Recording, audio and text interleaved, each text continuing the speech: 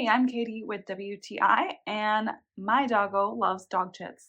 That's right, dog chits, chitlins for dogs. These are beef tendons that your canine friend is going to absolutely love. I know my Hank sure does. The first time I gave him one, he actually just held it in his mouth for at least 30 minutes. He wouldn't chew on it. He just, I don't know, wanted to savor it.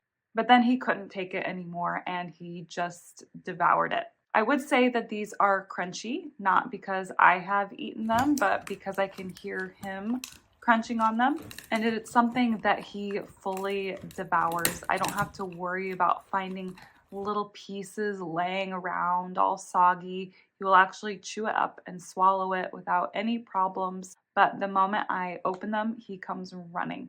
They don't have much of a smell. And when you take them out of the bag, they don't appear to be oily, but they will leave just a little bit of oil on your hands. It actually made my hands really soft. It was kind of nice.